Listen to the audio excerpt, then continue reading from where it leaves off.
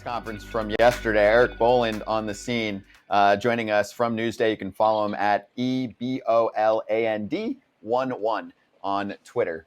Erik, great to have you on, man. Looks like you're enjoying some nice weather out there and some nice theater. So how were the press conferences for you yesterday to cover? Well, first of all, Scott, AJ, and Erik, nice to be on with you. And Erik, especially to be on with somebody who spells their first name correctly. That was my Hell first. yeah. That was my first comment there. Me, you, and Eric Neander. That's right. That's right. It's a very a close-knit circle. It's an elite group. It's Swedish for the great, but just saying. Best Eriks I know. There's not a lot of us. To answer your question, I think the press conferences, particularly Brian Cashman's, were extraordinary.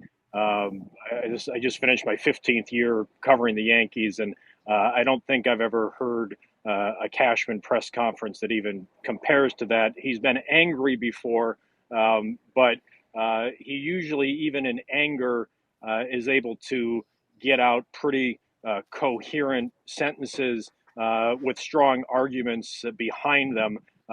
We really did not hear or see much of that yesterday. He obviously came in with a little bit of calculation of defending his analytics group that has come under fire this season in ways that it never has before.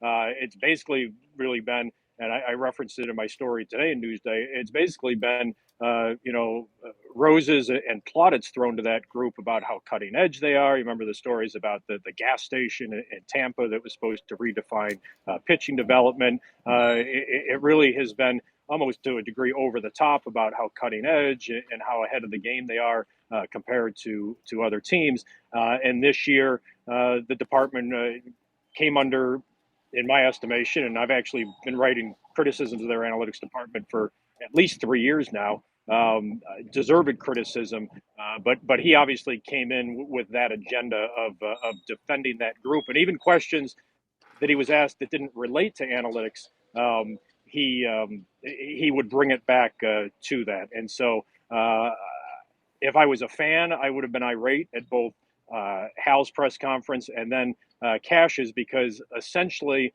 the message, even though they said there may be some changes, they were very cloak and dagger about what those may be. And if I was a fan, the message that I would have took out of it was nothing to see here, folks, and trust us to fix this. So let's start with the analytics, because for me, I feel like that's the biggest problem, and that's just like an easy punchline for both sides, really, right? Fans are reading your work.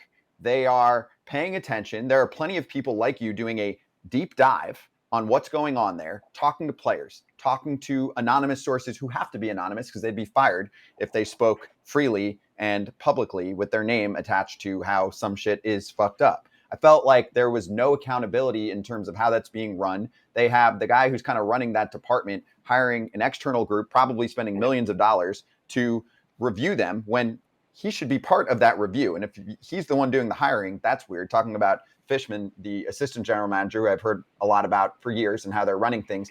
Did you find it insulting that he said they had the smallest analytics department in the American League East, as if the number of humans in a department, including interns, actually makes a difference in terms of how they are translating the analytics to their roster decisions and their strategic decisions?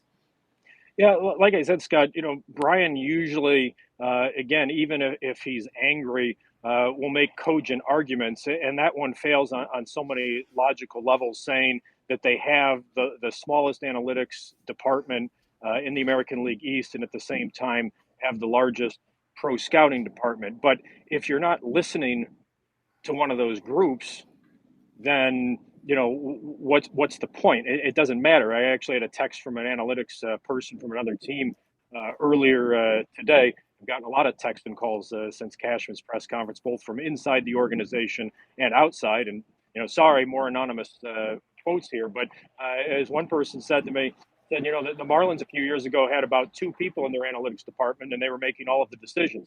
I didn't necessarily, dig deep into that one because I don't cover the Marlins, but it has nothing to do whatsoever with numbers. It has to do with influence. And I've been digging in on this particular topic for probably at least 5 years. I've started writing critical things about the analytics department 3 years ago, more and more certainly this year. And the overwhelming thought that you get from people both inside the organization and outside the organization is that the analytics groups with the New York Yankees run pretty much all facets of the franchise. And you can look at something as simple as coaching hires, from the lower levels all the way up through the big leagues. What's one thing that the vast majority of those guys have in common is that they come from predominantly analytics backgrounds. And you're telling me that that's something that's being pushed by people outside the analytics department? It's kind of laughable to make that contention. And so, look, I haven't written anything where I've said that people should be fired, and that there should be house cleaning. I know plenty of other people have opined on that. The point that I have been making for several years and really dug in on this year was that the group's influence needs to be curbed somewhat. And the Yankees saying that they're balanced and saying that they brought in Omar Minaya and Brian Sabian and well before that, Jim Hendry and Tim Narian's name get mentioned all the time as coming from more of a scout's background, and that somehow is evidence of balance. Well, saying that you're balanced doesn't make it so.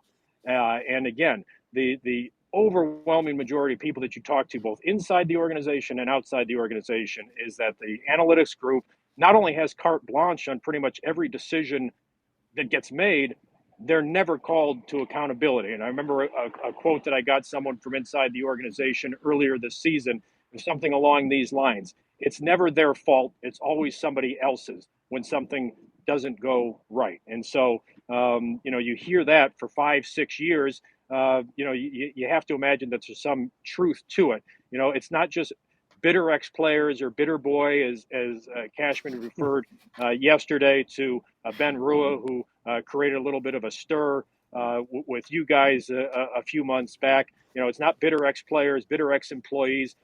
There's a lot of bitterness from people inside the organization. The vast majority of my sources on this are people inside the organization, from everywhere from the clubhouse through upper levels of management in baseball operations. And the Yankees wouldn't like this. Even a few people in the analytics department itself. It's all about, again, I can only speak to my reporting on this issue. It's all about curbing the influence and having more of the balanced approach that the Yankees have claimed that they have. But when you look at the decision making, for the most part, it doesn't back that up. Erik, besides you and Erik Kratz being the second and third most famous Erik with a K behind Erik Estrada, chips all the way. Don't never forget Erik Estrada. That's I grew up on that.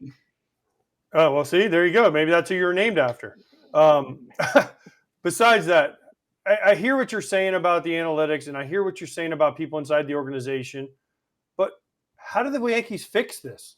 What's the road to fixing this? Brian Cashman didn't say – fans are clamoring like, we need to blow this up, we need to start over.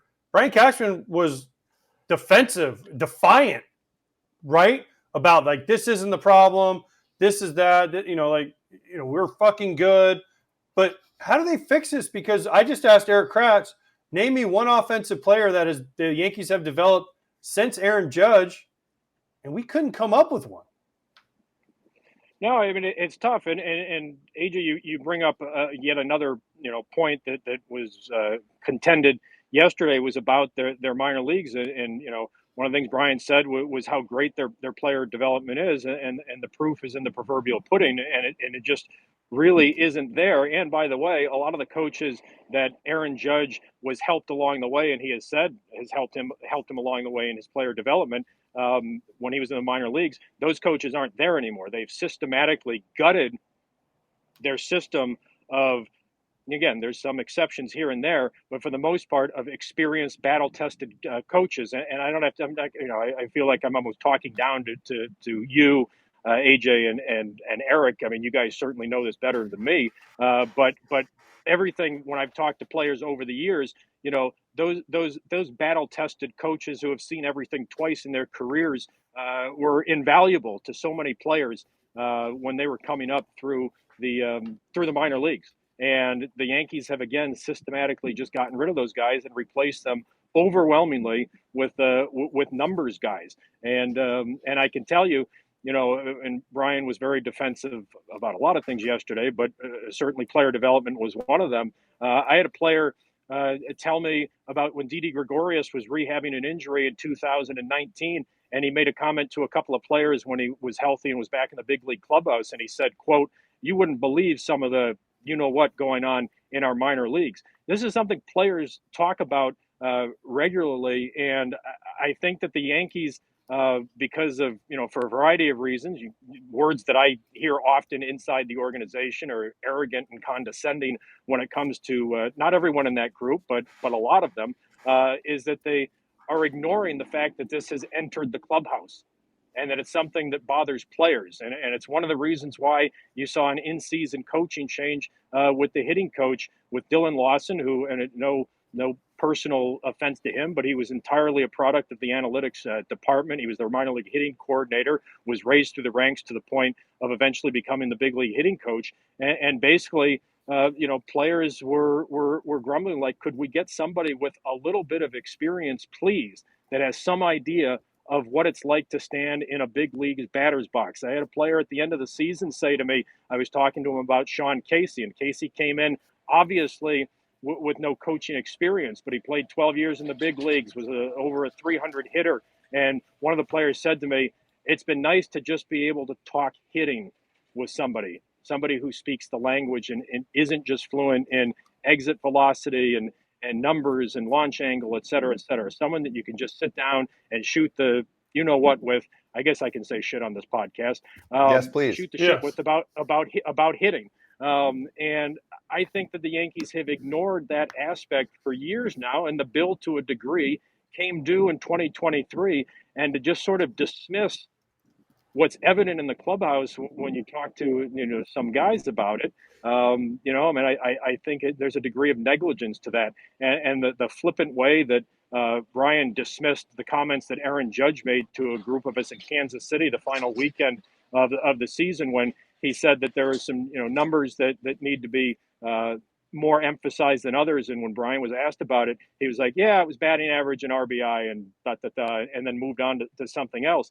Not saying that Aaron Judge should be the decision maker with the organization, but if you have a player of that ilk saying something like that publicly, and that's the first time that Judge was kind of critical in his own way of the Yankees' use of analytics, if he feels that way, I guarantee you a lot of other guys feel that way. And I know that for a fact because I've talked to players about that. So I'm going to put you in Scott's favorite land, role play land. Okay? Erik, you are now Brian Cashman. How should you have come out in this press conference and spoken to the fan base, spoken to the media? How should he have approached this, and what should he have said? I mean, that's a great question, Erik, and I'm not sure. And one thing I do agree with that Brian said yesterday was that words aren't going to fix this. There's nothing that I can say today that's going to appease anyone or make anyone happy. We need to win games, and that's the bottom line. But I think there needed to be some self-evaluation, some internal review, if you will, and say, you know what? We've shoved all of our chips to the table, and this has been years in the making. And Erik, you were with the organization for a short period of time, and I don't think, and please correct me if I've said anything wrong about the way that players feel in the clubhouse on some of this stuff. They certainly don't say it on the record, but my experience over the years is that there's plenty of dialogue, amongst you guys behind the scenes, and kind of laughing at some of the stuff that gets shoved down your throats with regularity. And just say, you know what, we actually do need to do a full internal review. This past season was completely unacceptable, which is something Hal said, and Brian feels the same way. But then instead of saying that it's unacceptable, but we're really not going to make any changes of significance, say everything's on the table for evaluation, and we're going to do some real soul searching on the way the franchise has been operated for the last 5 to 10 years. Again, this didn't just start last year, and just acknowledge that, you know what, there's an organizational rot that has taken place in recent seasons that led to last year. It didn't just blow up because of injuries and underperformance, the way that that Cashman and Hal at other times have talked about with regularity, and really say, yes, we do need to make some significant changes with the way that we operate. And again, when I've written about this, my whole point has never been that a bunch of people need to be fired. It's just a matter of establishing some kind of organizational balance where things other than numbers and data science, et cetera, is taken into account with decisions. And when Hal yesterday said that, and I don't mean to pick on Joey Gallo, he's a very popular guy in the Yankees clubhouse. He was respected by players, respected by coaches for how he worked, what a good teammate that he was. And in the face of absolutely blistering criticism on the part of media and fans when he was in New York, the way he handled it earned a lot of respect from his teammates. But when Hal yesterday said that it was unanimous organizationally to bring Gallo aboard, that just simply is not true. There were red flags that were raised about his ability to handle the spotlight of New York. Within 20 minutes of them making that trade at the 2021 trade deadline, I had 3 people from the Rangers organization on the phone telling me off the record that there's no way this guy can handle what entails playing at Yankee Stadium wearing the pinstripes or wearing the road grays, that he hears everything, that he's thin-skinned, and that was the worst possible thing. And if me, as some grunt newspaper reporter, had access to some of that information, and by the way, 2 of the people I talked to were in the Rangers organization and were part of his development there, so they know Joey pretty well. If I had access to that information as a grunt reporter, you can't tell me that the Yankees' $6 billion plus organization didn't have access to that if they wanted to have access to it. And so to say that was a unanimous decision on the part of baseball operations just simply, is not true. And not that trade needs to be relitigated, but I think it's just an example of many where there were warnings, there were signs, there was ready information that trade more than likely was not going to work out. But because of, Gallo had a good on-base percentage, perfect, swing for Yankee Stadium as a lefty bat. The numbers guys felt that they could get that on-base percentage and his batting average up just a little bit, and we're just going to ignore the red flags because there's no metric for them. How do we know? And I'm going to kind of put you to the test a little bit because I know the answer, and maybe you don't. How do we know they're not making changes in the background because Cashman didn't say, oh, well, this is the change we're making? And I'm going to test you by saying, who hired Dylan Lawson to be the big league hitting coach? Well, I mean, ultimately that's Brian Cashman, but he's doing that at a strong recommendation from Mike Fishman in the analytics group, because they put him in place in the minor leagues as the hitting coordinator, and then just sort of raised him through the ranks, from there. So, I mean, but again, the final decision is Brian's. And again, my point has been all along is that listen to some other people in your organization outside of the analytics sphere once in a while. But they made the change. Brian Cashman has never once fired a hitting coach or manager in his 20 plus years of tenure during the season. So to me, that's a significant change of course. I understand you can't change an entire department. You can't change an entire minor league system. But to me, that's a significant change in a direction that, hey, you know what? We don't see that it's working. Absolutely, Eric. And that move, number one, we all saw what the Yankees offense was the first half of the season. So it was a completely, defensible move. And also, players behind the scenes were kind of clamoring for some kind of a change. In Dylan's first year, his assistant hitting coach, and I put assistant in air quotes, was Hensley Mullins, who of course won 3 World Series on Bruce Bochy's staff with the Giants. He played in the big leagues, obviously, and players, particularly veteran players, very early in 2022, were going to Hensley and talking to him.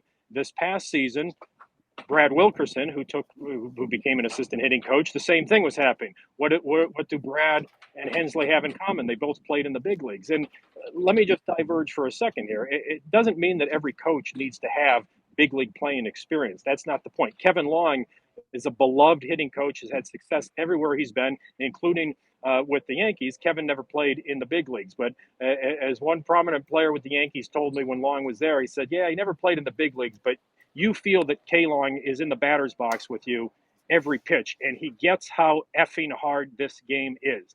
And a lot of the analytics guys, again, not all, but a lot of them don't seem to grasp that. And players, frankly, in a lot of cases, resent the hell out of it. But that move, I think that was more a move of desperation rather than a course change in how the organization operates. Now, the fact that they may hire James Rowson as the hitting coach, and it looks like that there's a pretty good possibility that takes place. That would be another good sign. He was the minor league hitting coach 2 times in his coaching career, including in 2014 through 16, where he overlapped with Aaron Judge, and I know Aaron Judge thought a lot of routes, and so that certainly would be a positive sign. But there would need to be a lot more moves made than the 2 that we're talking about to where you could draw a conclusion that they are going to change somewhat the way they operate, and again curb the influence of the analytics group.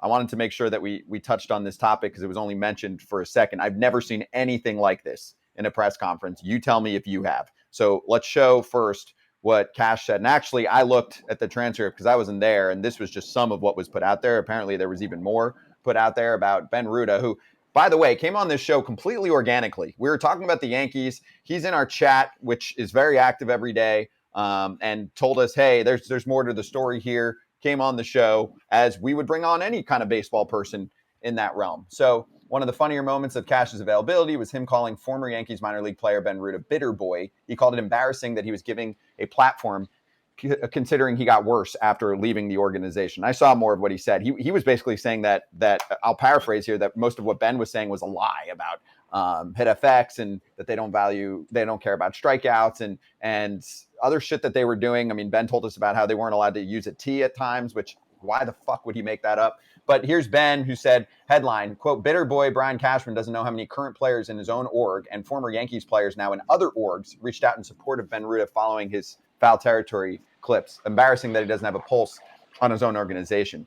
To me, this is the epitome of disconnect with your players. Just like we talked about with Judge, you should be saying, hey, Aaron has a lot of great points. I'm sure also Aaron didn't go sit down with him and just say, hey, batting average and RBIs are everything. I'm sure there was a deeper discussion to that. Aaron's a pretty smart fucking baseball guy. So on the same realm here, you're attacking a Yankees minor league player and pointing to his stats with another team like that makes any difference in the world. And yes, Ben has said he got like 50 plus calls, all from players and coaches and people within the organization afterwards, giving him more information about what's gone on since then. So to not only try and like put down a player in their org from the recent past, but then also to say he's lying. Have you ever seen anything like that in a press conference like this? I can't say that I have. I mean, I've certainly been in on a lot of Brian Cashman press conferences and just a lot of press conferences, overall in my career. I certainly can't recall that. And frankly, I mean, I thought that was beneath Brian a little bit. I have a lot of respect for Brian. I've always had a professional relationship in the 15 years that I've covered the team with him. I think that he certainly has taken to heart a lot of the criticism that him and his analytics group have taken. But I thought that I think he's better than that. I know he's better than that. And I have no doubt, by the way, that Ben did hear from people inside and outside the organization, because certainly I've been talking to a lot of those people too in the last 12 hours or so, or however long it's been since Brian's press conference. But to the substance of what he said on your show, and I referenced it in an analysis piece that I did sometime in August about the Yankees' use of analytics, et cetera. Was that what Ben said really wasn't new, because going back probably 5 years, I was hearing from scouts from other organizations that are assigned the Yankee system from top to bottom, and they were telling me some of the same things. And one of them, who comes from the analytics side of things, by the way, who said to me that watching the Yankees minor leaguers, it was like watching softball batting practice, where it was just launch angle, exit velocity, and hope that a few of the fly balls go over the fence. And again, I've been hearing that for a long time, and it kind of backs up the substance of what Ben was talking about. And again, I refer back to Didi Gregorius, who I don't think anyone would refer to as bitter boy or not a legitimate major leaguer, and the comments that he made to Yankees teammates when he rehabbed in the minor leagues for a handful of games and then got to the big league clubhouse and said to some of his teammates, "You wouldn't believe some of the shit going on in our minor leagues." So I'm not sure how you attack his credibility. Didi Gregorius, last time I checked, had the numbers and games played, etc., to back up that he had a pretty damn good major league career. Is he angry? Is he bitter? Is he someone that has no idea what he's talking about and making things up out of whole cloth? I highly doubt it. So he was worse when he left the Yankees. I know that's not the case. Like, this is ridiculous. Out of the two, though, it sounds like Cashman's the one that's bitter. Honestly, like, he sounds like the bitter one over the fact that Ben Rutter called out what he's experienced. He wasn't even calling out Cash. He was calling out. He actually certain minor away league from shit. Cashman. Yeah. The things he said, he was like, "This is how they do it." He wasn't like saying it didn't work. He was just saying, "This is how they do it. It didn't work for me." He wasn't like, I mean, obviously the proof is in the pudding, as Brian Cashman has said, but by Cashman even stooping to this level, he sounds like the bitter one. At least Brian Cashman's tuning into foul territory. Appreciate it. Well, Erik, we appreciate the insight, man. This was important, obviously, during this time period. You do a great job. Love following your work. And thank you for joining us for the first time. We appreciate it. Enjoy the sunshine out there. Scott, Erik, AJ, it was my pleasure. Hope to talk to you guys again down the road.